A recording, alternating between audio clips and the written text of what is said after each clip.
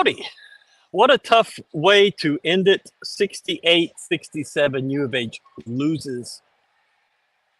I don't know what you say about this one, except you battled. You did not play well. You did not shoot well.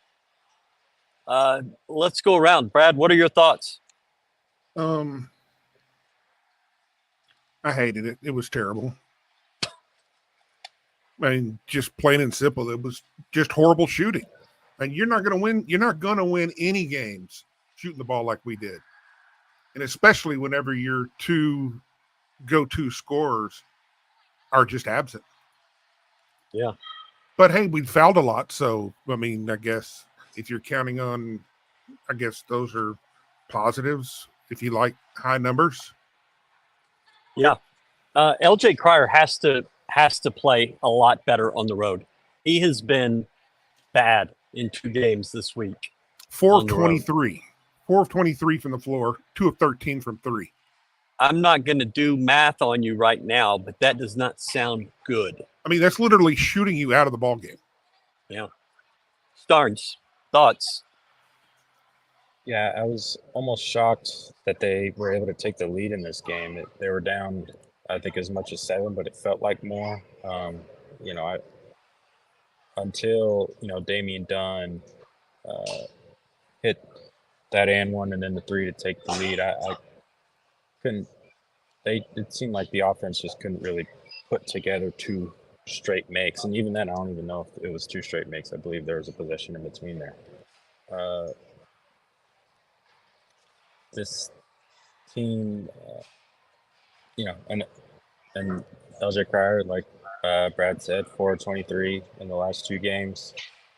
And I want to say, I think in the last 2 games as a team, aside from Emmanuel Sharp in the Iowa State game, I think has only made 6 threes total in the last 2 games.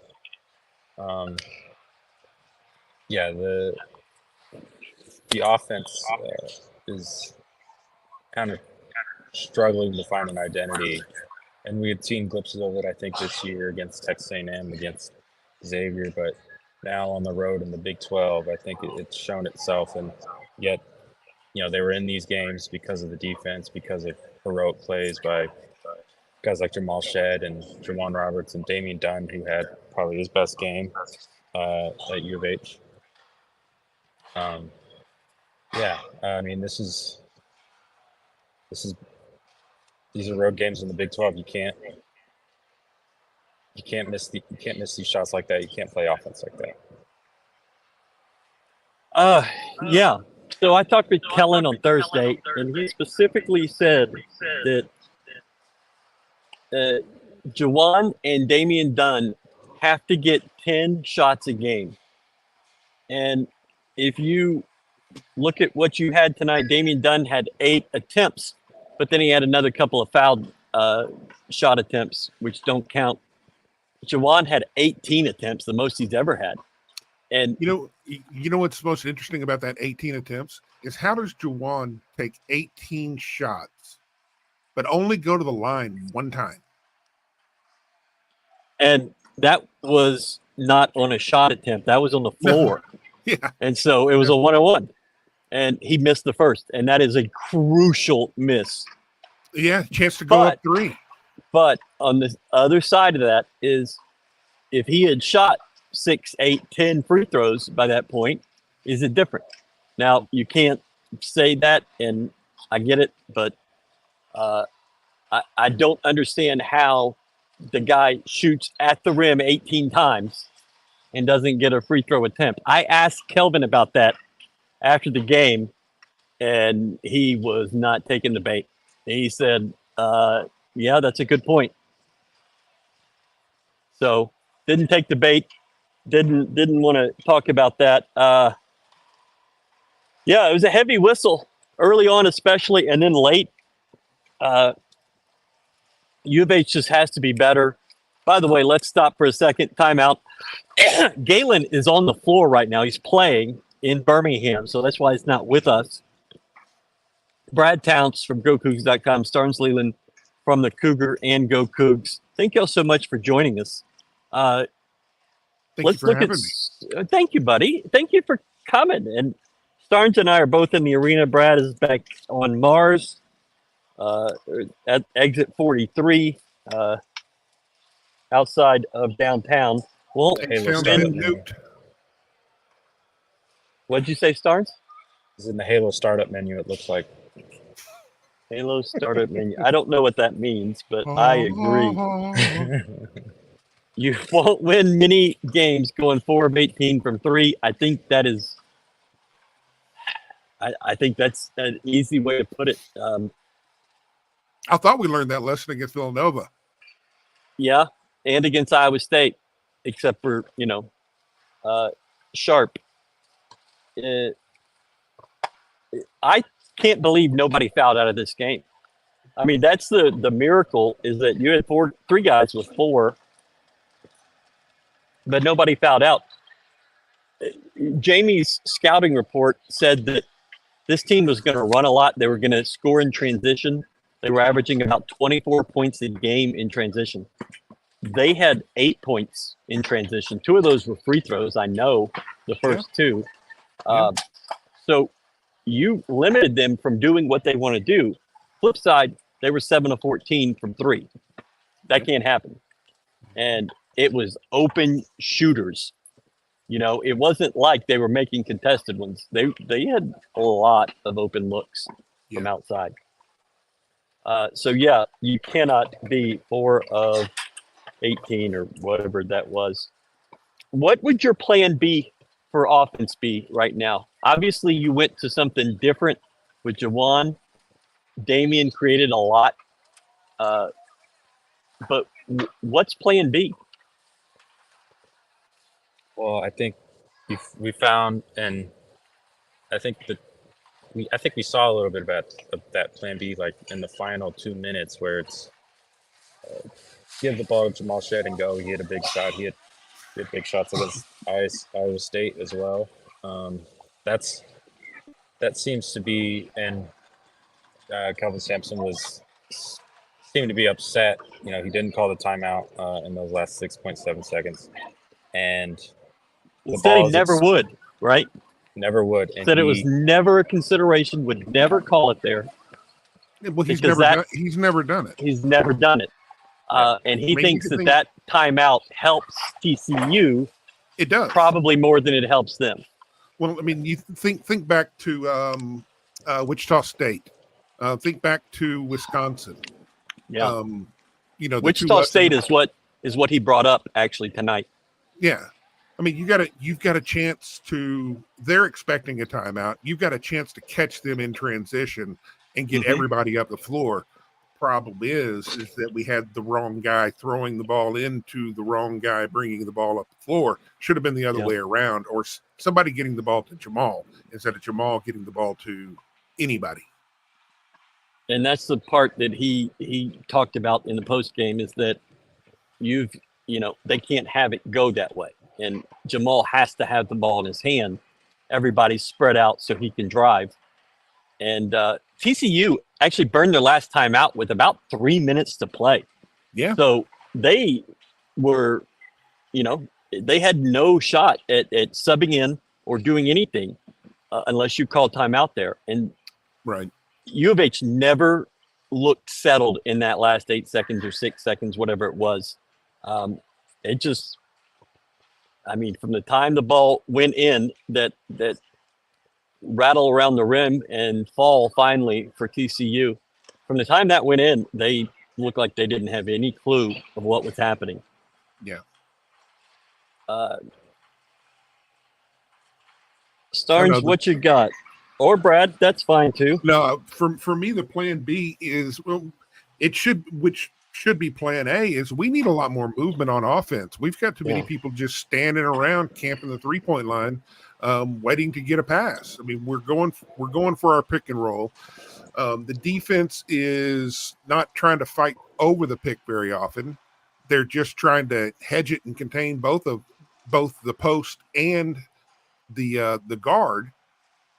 But then we've got everybody just kind of standing there with their hands up saying, hey, we want the ball. We want the ball. No, move.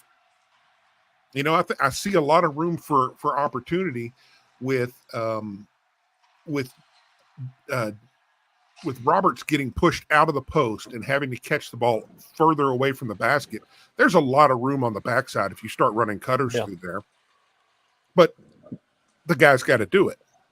Let me ask you, why does it just stop like that? Why do players just stop moving? I don't know. I've never understood that. Could be just how you're feeling in the game. I mean, I wouldn't totally know either. It's not like I've played much, but I mean, I would think that the thought would be to try to keep a lot of space for a drive. Yeah. For the dribble drive off the screen, but whenever they're clogging up the screen like that and everybody's dropping, you've got to be able to move your guy, even if you have to go to the other side of the floor. You've got to make some movement, and we're just not doing that. Ball is, it just feels. Honestly, it feels like a reversion back to the Rob Gray days when it was 5 wide and Rob Gray taking it to the hole. Yeah. We did that because we had to then. Right. It also seemed because like you had a guy that was really good at that. Yeah. It also seemed like when the ball moves, it's, on those sort of stagnant possessions, it's just going around the 3-point line. There's not a lot of penetration. Like Tom said, it didn't seem like there's a whole lot of cutting into the basket. It's either when someone does penetrate, it's either off a pick and roll, or it's Jamal Shad going to the hole, or it's they get an entry pass into Jawan, and then that's where they get their shot around the rim. And it's just at time, and when you can play that way, you can move around the perimeter and things like that and get good shots. But when you're not shooting well, like they haven't been, you need to be able to get to the hole, and they just haven't been, I don't think. Yeah. The last shot U of H made was that 3-pointer by Jamal Shedd. And then they go down to the other end, and Jamal gives up a 3. And you did not score from the field after that. U of H had like a 4 or 5 point lead at the end of the game and blew it. And this team looks tired to me. They look like they are worn out. And that's not good 3 games in to the conference schedule. I mean, you've got 2 more months of this. Well, especially coming off a decent little break too. So if they're tired, then they've got another problem, a lot bigger problem than being overworked, because there's no room for that. Yeah. Life in the Big 12 is hard, is what I've been told reliably. It is by an unemployed guy, so I don't know what that is. Yeah, I mean, yes, going to Iowa State, that's life's tough in the Big 12. Tonight was just a terrible showing. Yeah. I mean, like I said from the top, you can't have your 2 scorers be basically fire hydrants.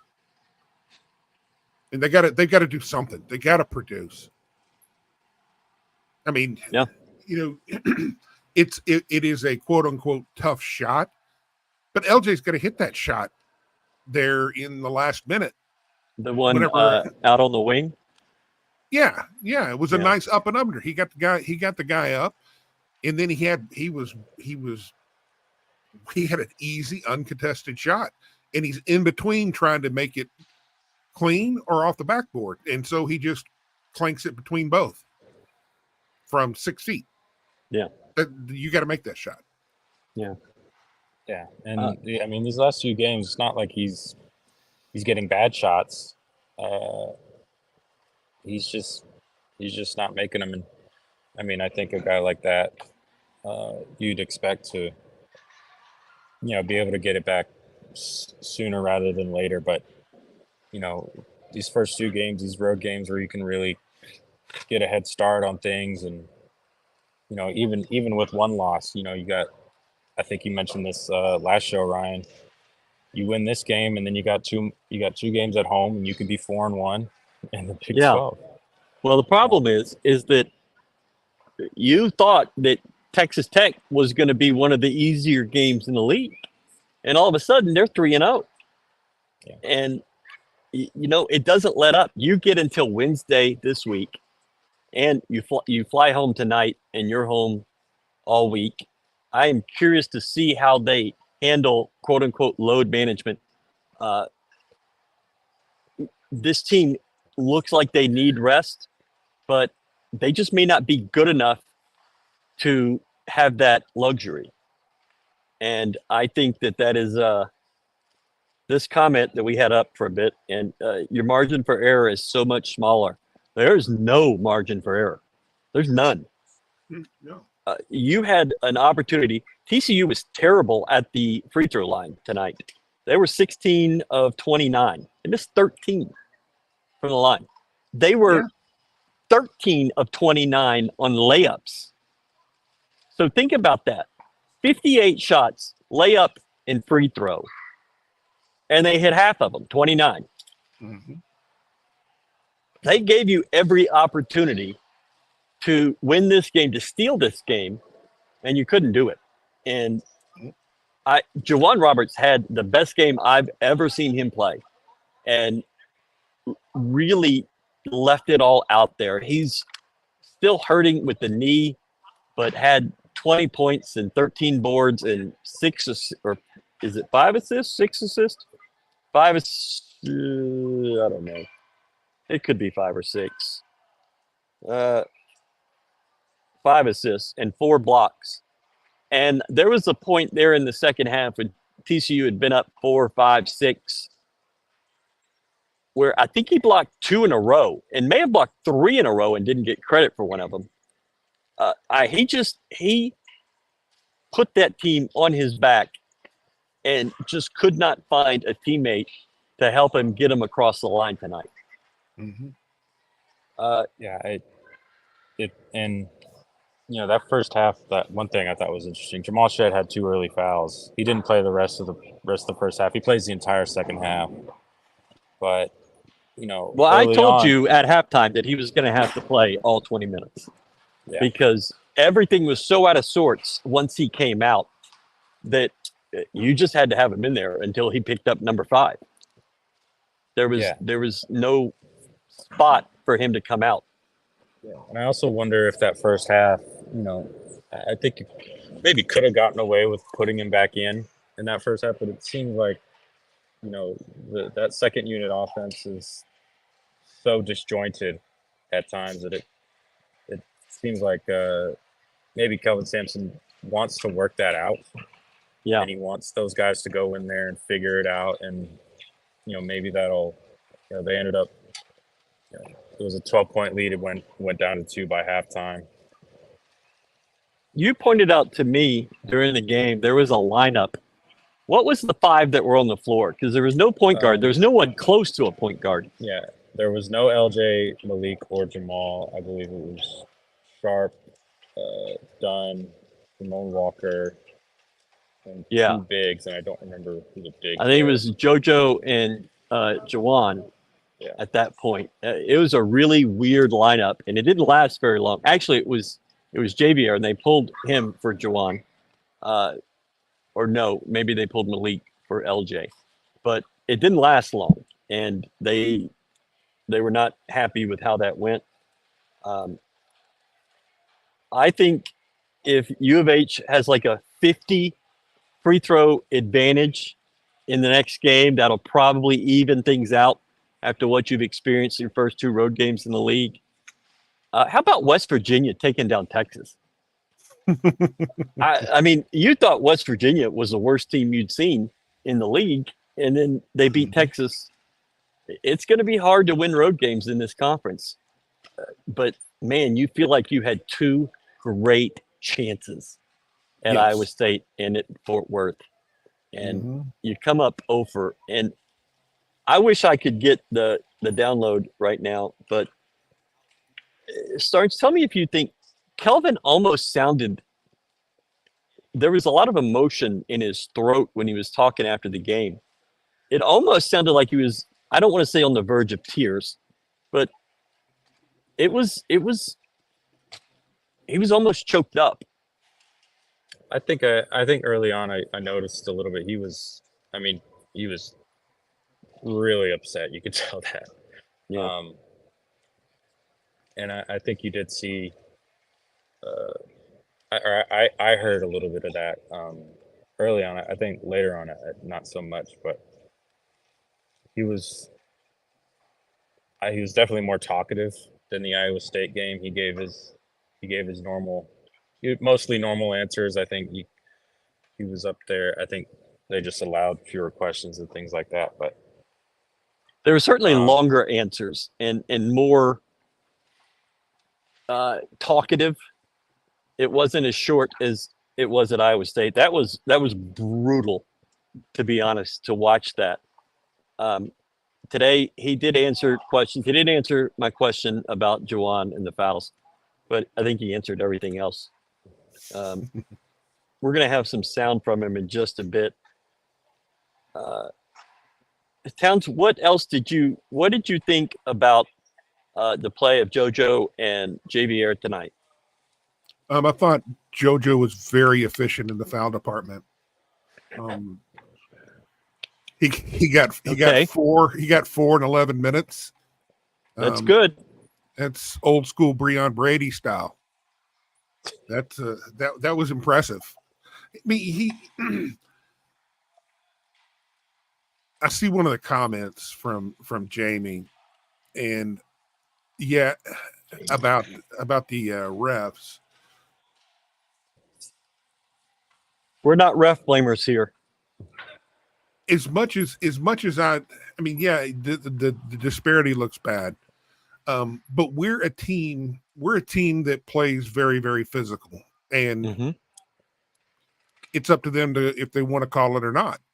You know, if they want to call it tight, they're going to be able to rack a lot of fouls up because we play very, very physical. We walk that line and really play in a dark gray area when it comes to that.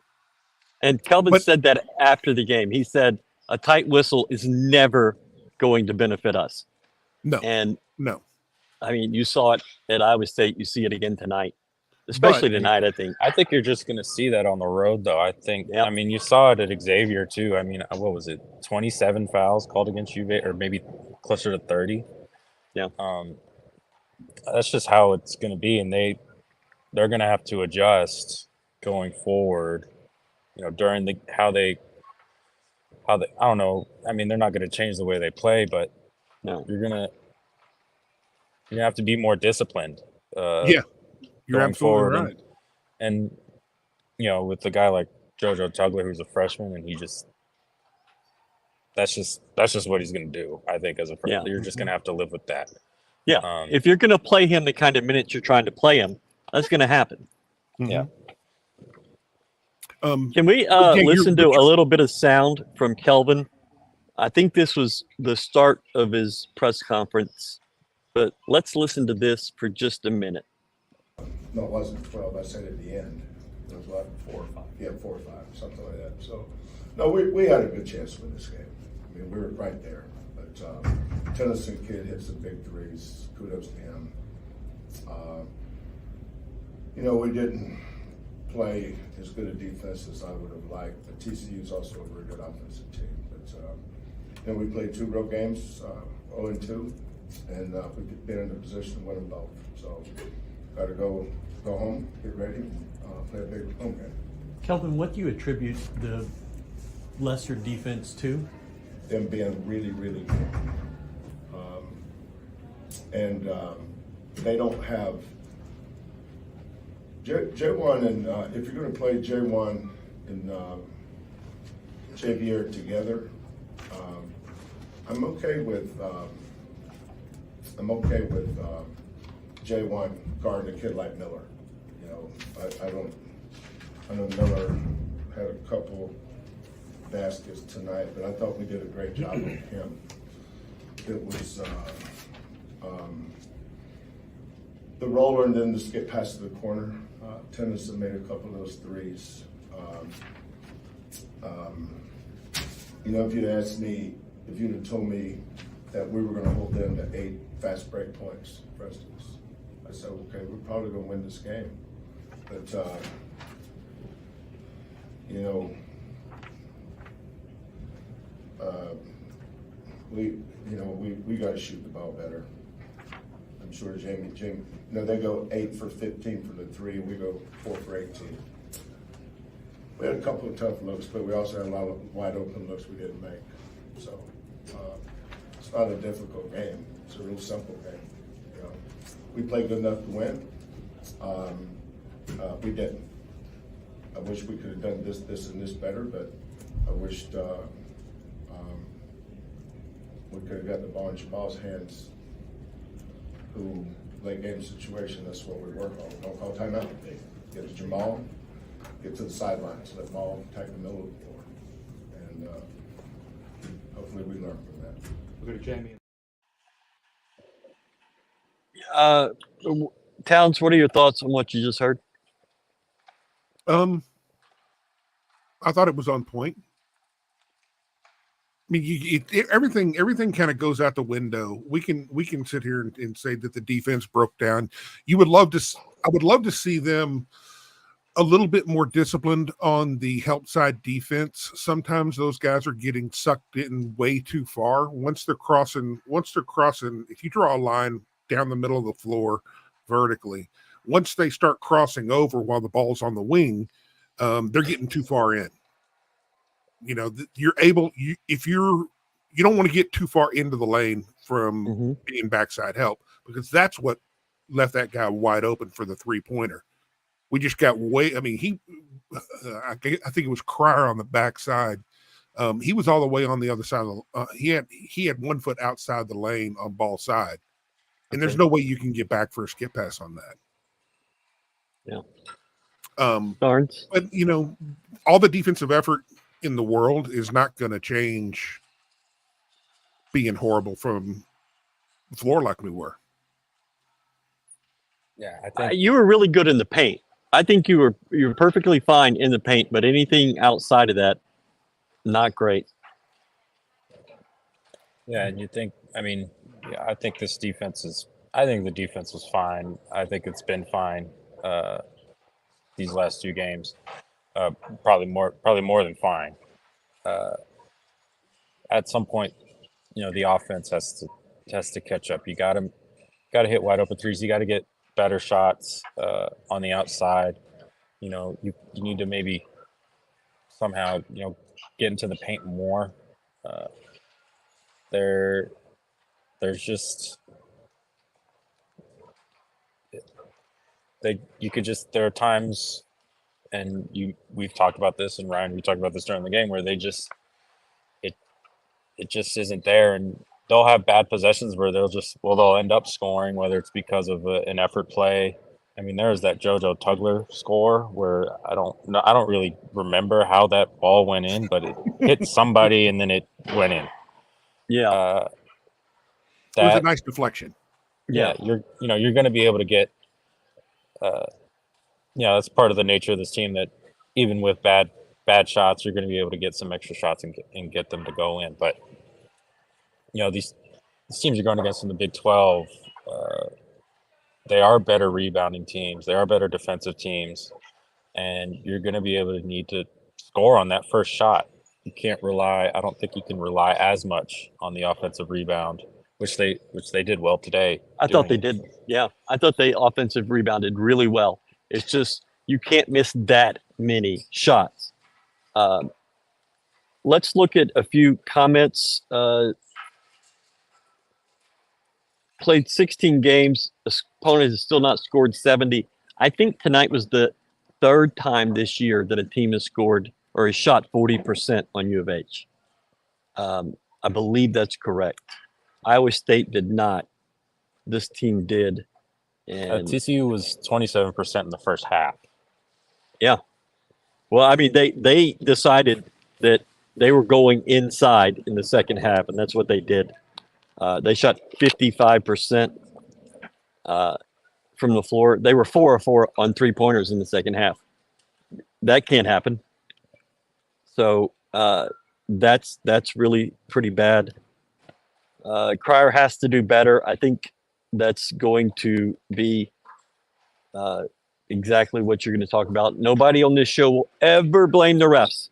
Never, ever, ever one time will we ever blame the refs, because this is not what you do. Why do they keep Cryer in the game? Cryer, for this team to do anything, Cryer has to be your best shooter, and he has to be on the floor.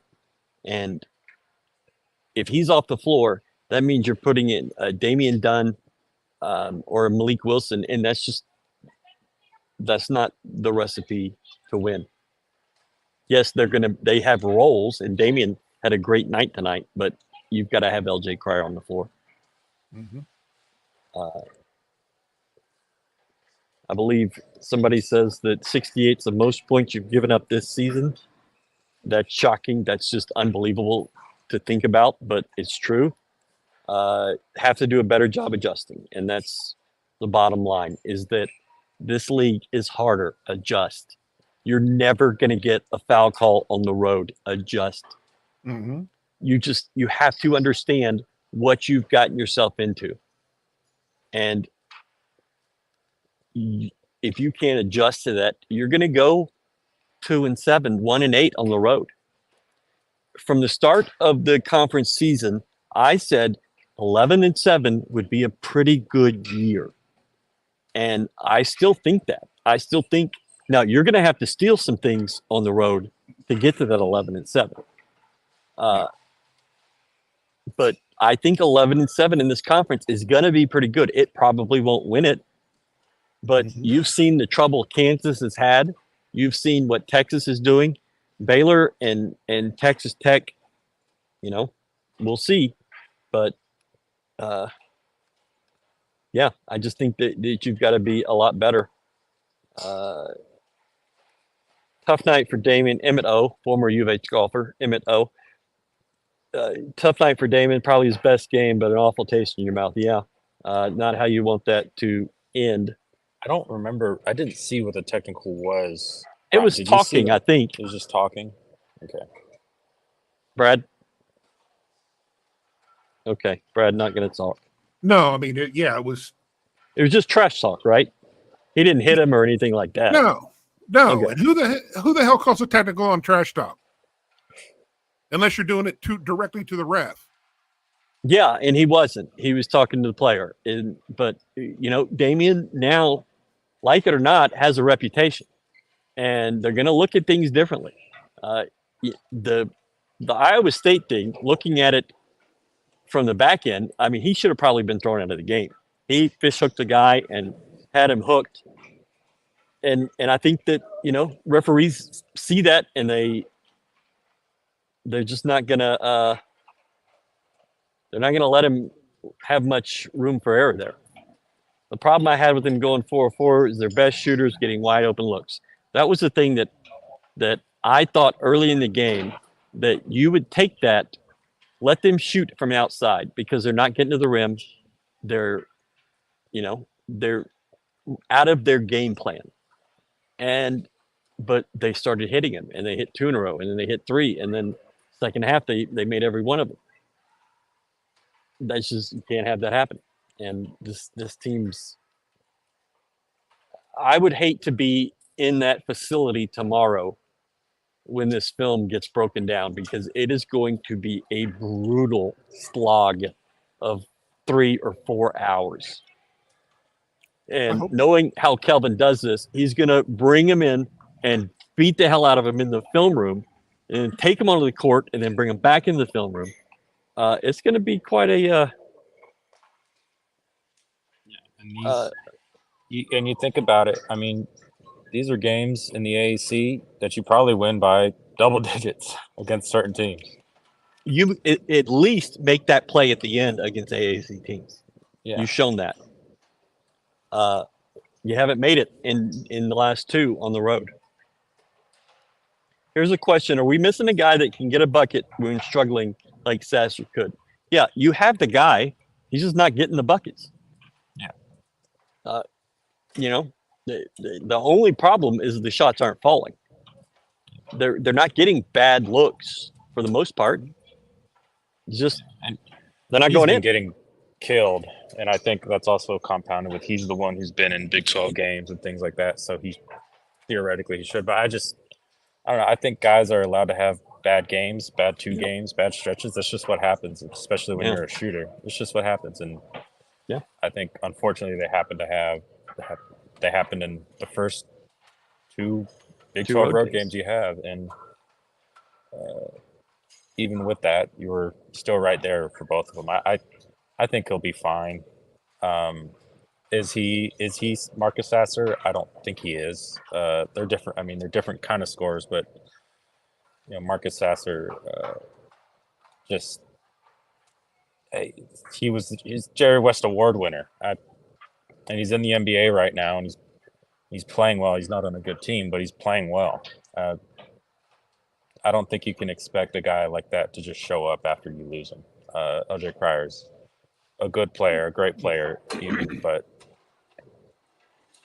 trying to expect that is probably not realistic. They're two completely different players. Yeah, I'm gonna try to keep the tears out of my babe's chicken. Love the show, guys. Thank you, Jamie. Appreciate that. It's so good, man. Make sure you get as many potatoes as you could possibly, as much as you could possibly put on a plate, and then their delicious corn, and then make sure you get a fried chicken or chicken fried steak to go with the fried chicken. Put them together. Yeah.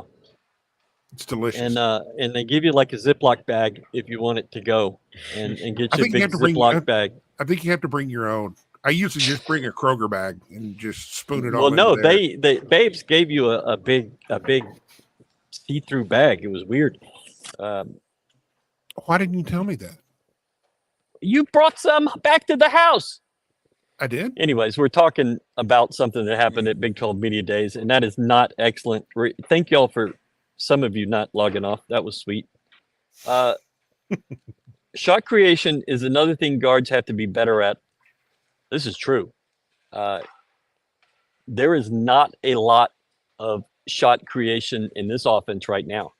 And if you're not able to do that, it's going to be a bad year. This is not a second weekend team. This is a 7-9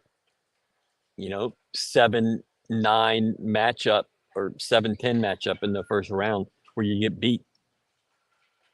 And yeah, I think that's the difference between. I mean, that's one of the differences between Marcus Sasser and LJ Cryer. Marcus Sasser could get his own shot.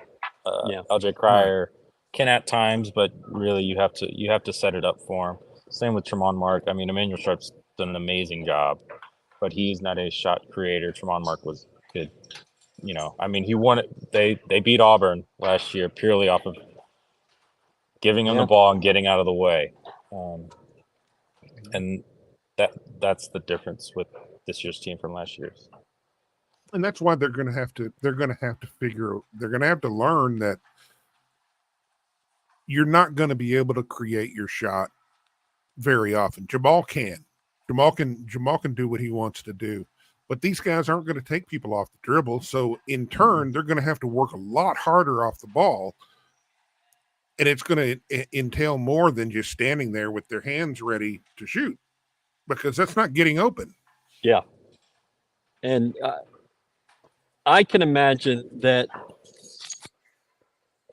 Kelvin is so frustrated with how this offense is looking, and it's been pretty bad. Mm-hmm. Oh dear. Yeah. Sorry, guys. Damian Dunn could create his own shot today. Damian Dunn did a really good job of creating contact. I think of his 9 shot attempts, he created contact 7 of them. And I mean, that's exactly what you brought him here to do. Mm-hmm. And he finally showed it to you Quantis and those guys have said he's coming. He's coming. He's coming. He had a good game against West Virginia, not a very good game against Iowa State, and had an excellent game tonight offensively. Yeah. I'd be interested to hear the thoughts around showing zone on the last possession and then kind of morphing back into man-to-man. Just watching, I watched that clip back a couple of times, and it seemed everybody lost track of who they were guarding. Yeah. Yeah, I'm going to be interested to go and look at this again tonight. Typically, I don't do that, but I feel like this one I want to kind of look at and see. Starnes mentioned during the game that they had switched to zone, and you do not see this team do that very often. Right. And I think it's some of the foul situation, and the guys are tired, and you just got to find a way to. I mean, hell, you got to figure TCU's like, what the hell is this? We didn't see this on film. So, yeah, I just think that's a really weird situation. We had 2 months to fix the offense in those 2 games by 5 points. We're not that far off. You're not. But if you're going to have Juwan Roberts play 36 minutes a night, this is not going to go well. If I think LJ, this is the most minutes he's played since he's been here. It's 37. The offense is a huge problem, but if you have tired legs at this point, it's going to be a struggle on the road the rest of the way. You get 2 home games, and I believe you go to Provo after that. Well, if you've got tired legs and you're going to go play in the mountains, guess what? That ain't going to go well. I'm not buying that the tired thing. I mean, they had 2 games in 2 weeks. Well, you're not buying the fact that they are tired, or that's a legitimate excuse. I don't buy either one of them. Okay. I think you can see the tired. Like, I don't think anybody has to tell me that. I think you can see it. I just think they're playing like shit. Well, there's some of that. I thought the defense in the second half. And the positive thing is that this team has looked terrible the last 2 games.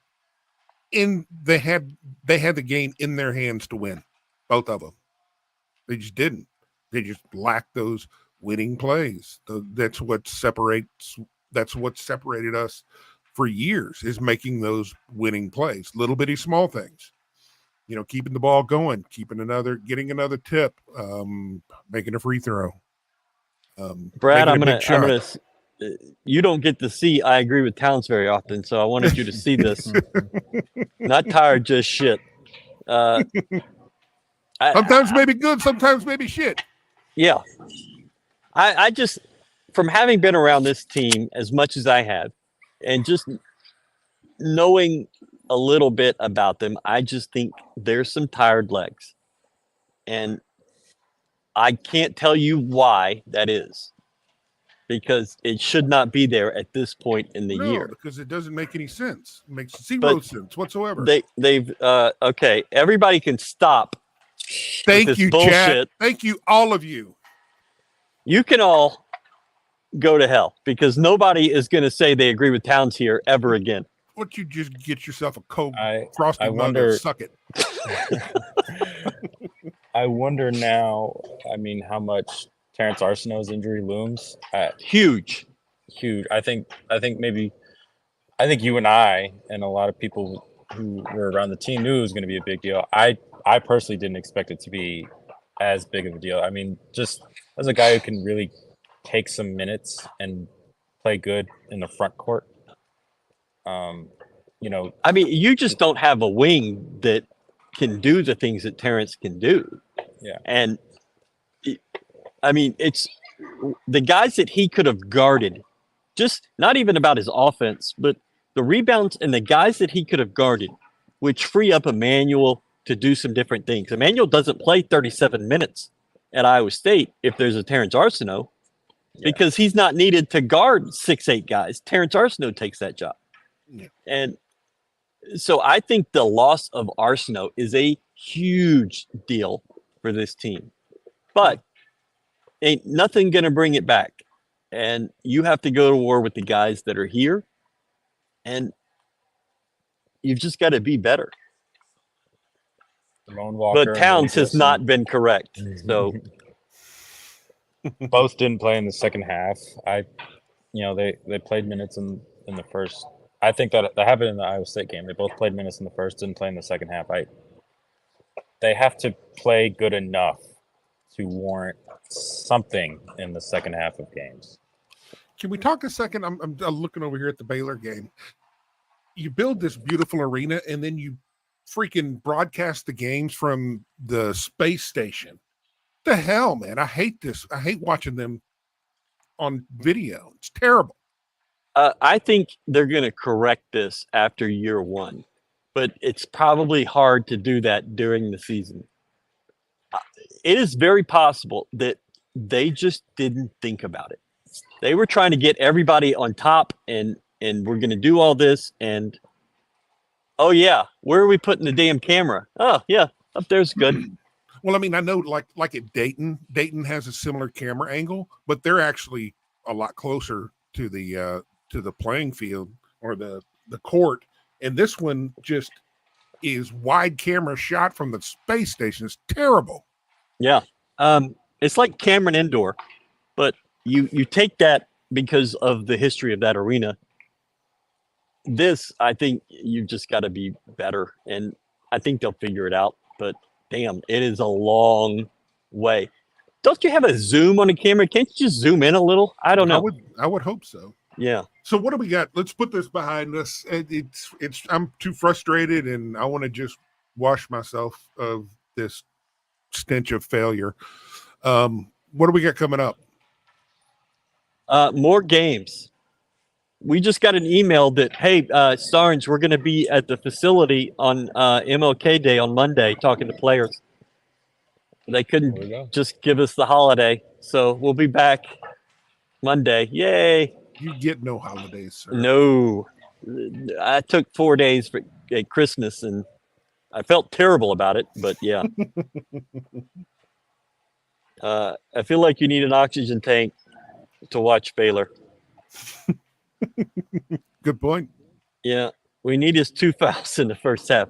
You needed a lot of people's 2 fouls in the first half in this one. I believe it was 6 guys that had 2 at the break. That point, if they're going to call everything, you might as well just throw Sad Lot out there and let him put somebody in the third row. Yeah. Let Speaking of the third row, timeout. So you played a pretty good defensive possession in the second half, and TCU hurls it across the court, but it goes beyond the TCU bench and hits a guy square in the head. And I mean, they took that guy out. And I didn't get to see a replay of it, but I hope that makes its way to social media so we can enjoy that a little bit more. Yes. Said Lot could have possibly had 5 fouls within one throwing the ball in. I think he could have really gotten you those 5 Breon Brady fouls, the 4 fouls before the under 16 timeout in the first half. Yeah. He was special. Anyone feel like this was a must win? I said this in the last post game show that it wasn't a must win, but it's a really need to go get that. And you came up short. You didn't do it. And now your back is against the wall pretty much for the rest of January. You can't afford any slip ups. You got to win these 2 games at home this week. And then you go to Provo, you go to Kansas, maybe Baylor. I don't remember the schedule exactly after. It's Kansas State, and then it's a Saturday, Monday. Kansas State at home, and then Texas. And then at Texas, and then at Kansas. So you go 2 games this week. You go to Provo, and then it's Kansas State at home. Yeah. I mean, Kansas State is a pretty good team, and I think Jerome Tang is proving himself to be a really good coach. Tang gang. I'm going to mute you. I mean, you just don't. There's no breaks. You think Texas Tech is a break? They're 3-0. You think UCF's a break, and they go beat Kansas. Now they're going to be on the road, and that's different. But damn, you want to get paid and play with the big boys? Well, welcome to the club. I think this is these. They don't have 2 straight road game or home games for the rest of the season after this week. Yeah, after this upcoming week, they got to. And you have figure it out 3 now. times where you go on the road twice in a row. So it's going to be a difficult challenge over the next 3 weeks. I think, at the end of January, you're either right in the thick of this race or you're done. You're not in the race. And so it's got to happen over the next few weeks. And you got to figure out an offense and figure out you cannot rely on Juwan Roberts to do what he did tonight. You can't rely on him to play 36 minutes. Right. It's not going to happen. Mm-hmm. And you've got to LJ has to shoot himself out of this. And I think you're going to see against Texas Tech, they're going to do everything they can to get him involved and get him the shots he needs early in that game.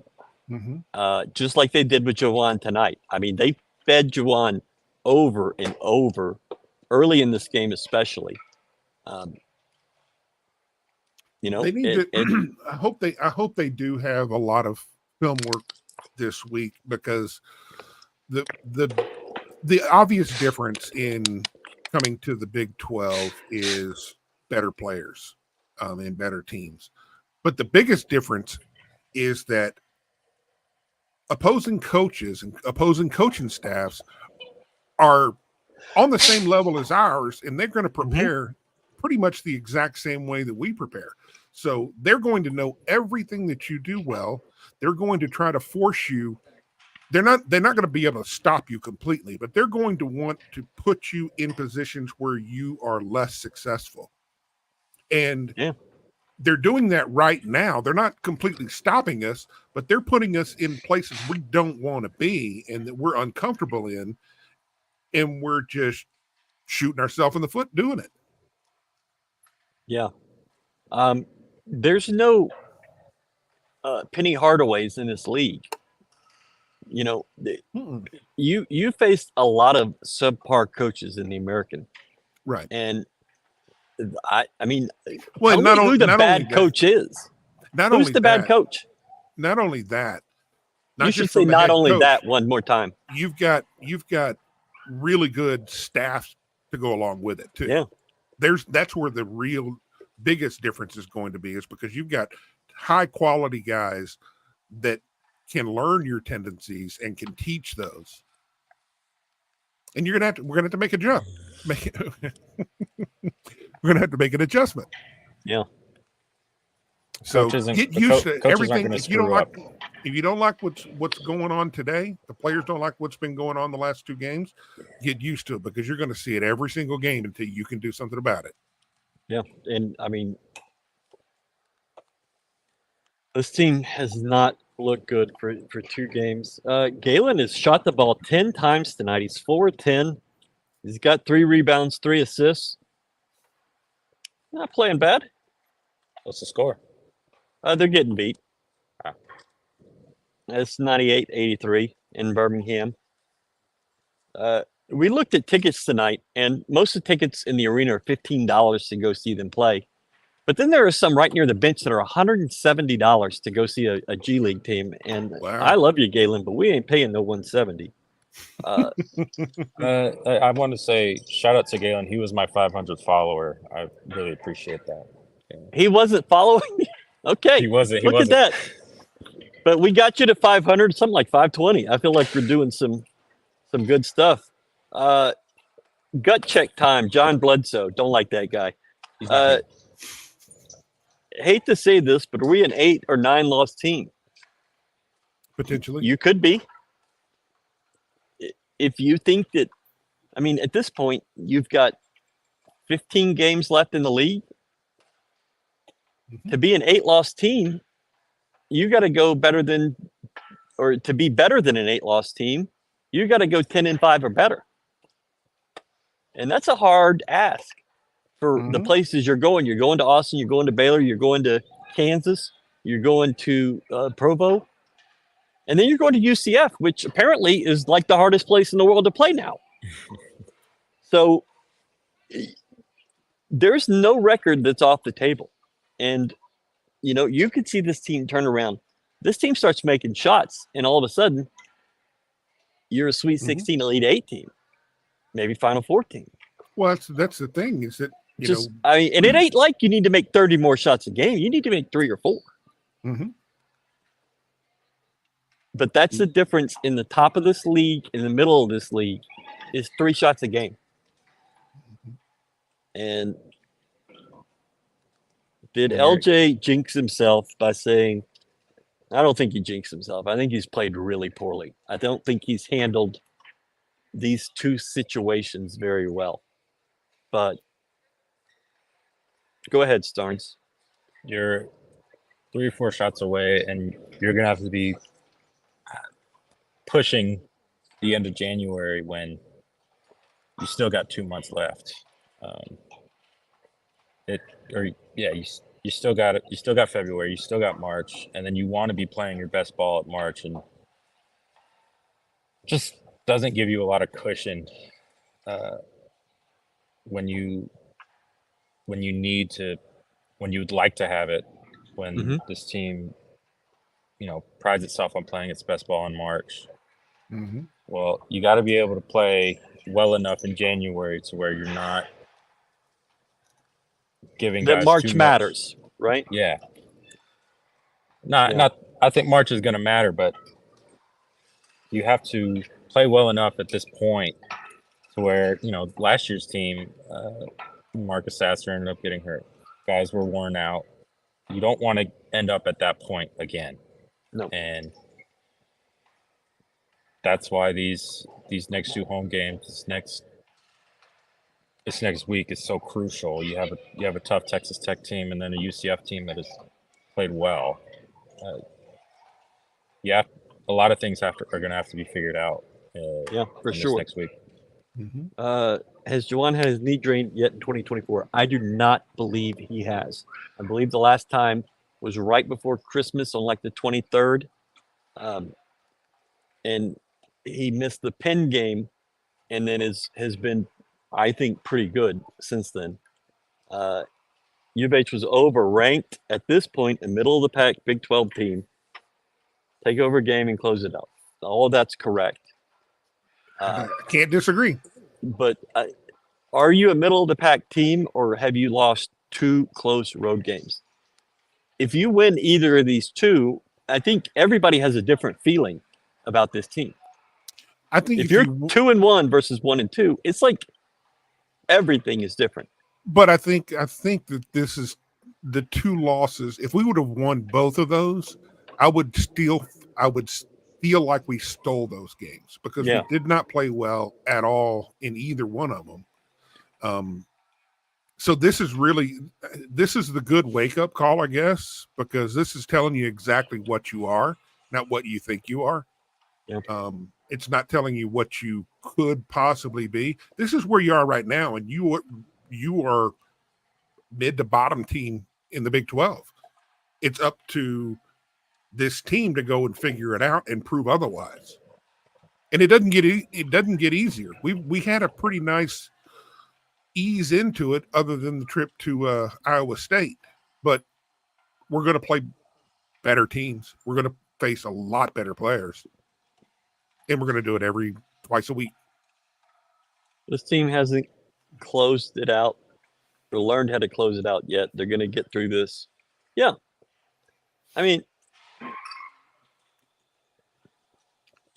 Kellen Sampson said to me that the players didn't really understand the situation they were walking into at Hilton Coliseum, and that they tried to get into their heads that this is not going to be like going on the road to the American. This is not like the NCAA tournament where you play in a neutral site. And they got popped, and they thought that it would help And it did. The start to this game looked a lot better than it did at Iowa State. Mm-hmm. But Jamal gets the second foul on a dumb play. He got his, I don't want to say he got his feelings hurt, but the guy popped the ball out and he ran down and basically half tackled him. And you just gotta you gotta be smarter than that. And he is, and he played well in the second half, but it just wasn't enough. TCU did not play a perfect game.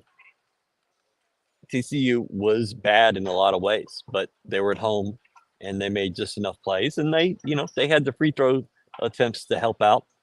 But that's going to happen in this league every single road game. It's not. But they also you're not going to get a ton of them.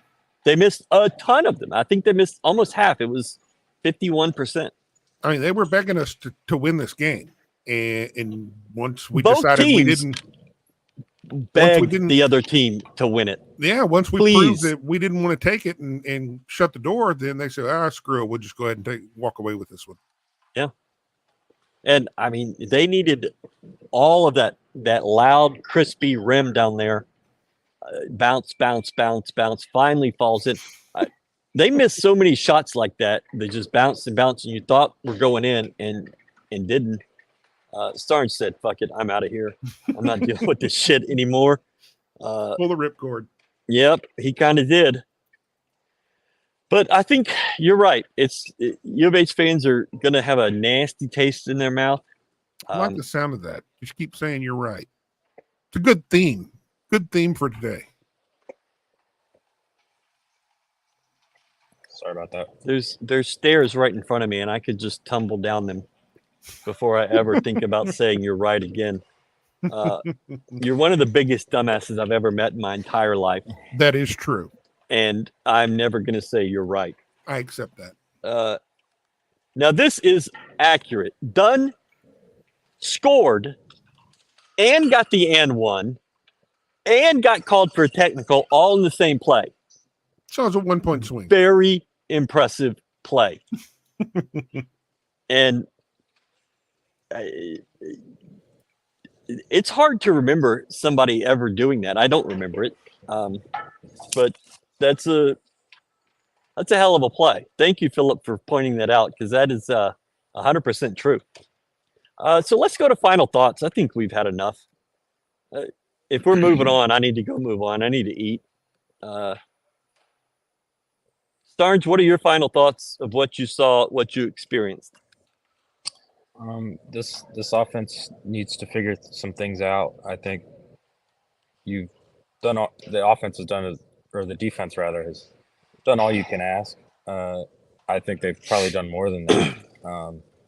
But there needs to be some answers on the offense, and they have 2 games on the at home. Not easy games by any means, but 2 games at home to figure it out. And before you got a really tough February or end of January, early February stretch coming up. And if you don't figure it out then it could get tough. It could get bad. If the offense is not at least a little better. And maybe that's all it needs. It needs to be just a little bit better, and then they win these games.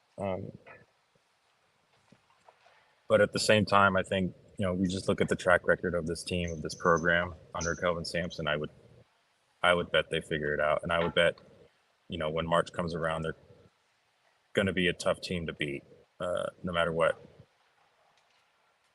But right now, there has to be some soul searching on offense. Brad?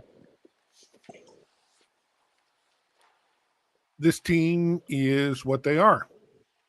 They need to start playing like it. This is a reality check to tell you exactly where you are. There's no hiding behind, hey, at least we got to win. At least we got to win. Well, now you don't. Yeah. You weren't able to squeak out, tight wins like you could at Tulsa, or like you could at Temple, or like you could at USF or Tulane. You're not good right now, but No. you're not this bad either. I mean, you showed how good this team can be against West Virginia. That's more in line. That's probably a little bit overplayed from where they were or from what they are. That's probably them at their best. But now's the opportunity to go in and actually make changes and start playing. Do what you do and get back to the basics. Quit thinking about winning and think about what it takes to do the daily process and go out and play to your capability, and the score will take care of itself, because nobody's playing at their current level. So you got a good opportunity to get right this week. So I think they got to be able to look at it as that. Kick yourself for losing, pick yourself back up, and go and win. Go take care of business. As a dumbass, I'm always Team Towns. This sounds like one of your burners. I'm just going to say that right now. It does not sound like a normal thing. I'm going to put myself on solo layout, and I'm just going to turn the camera around and show you that I've been looking at this scoreboard just go back and forth from Frogs to win for the last hour and 7 minutes. And typically, when you're in an arena and the fans leave, they turn those things off. Those things are gone. But they have kept this one on in my face for the last hour and 10 minutes. Galen is still not in the bathroom. He's on the court. As you remember, that airport big as shit.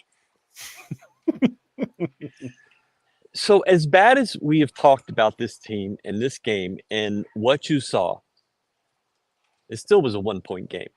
Mm-hmm. The ball down at the other end, it tips the wrong way. Plinko is what it was. Those rims are so goofy here.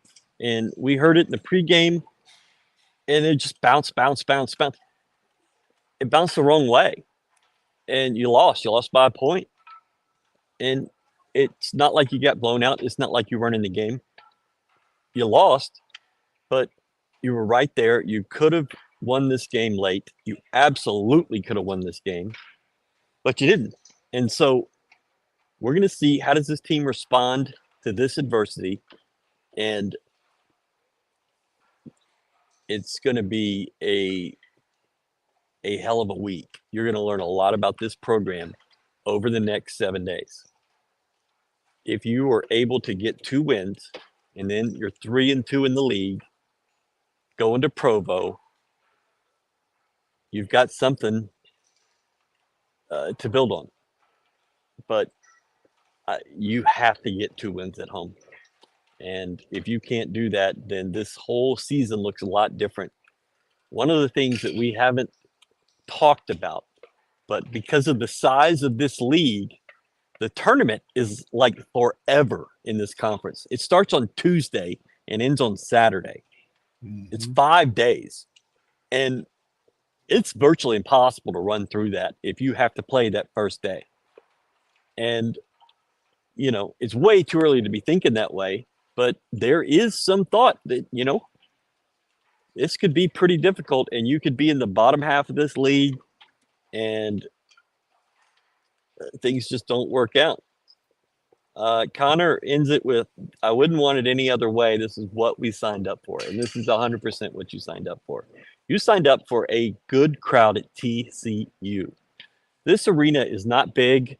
It's still the old Daniel Meyer Coliseum, which is round, but they have built it to where the seats are more on top.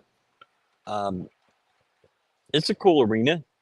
It wasn't ever that loud, but you signed up for these experiences of getting everybody's best shot on the road, especially, and never getting a call.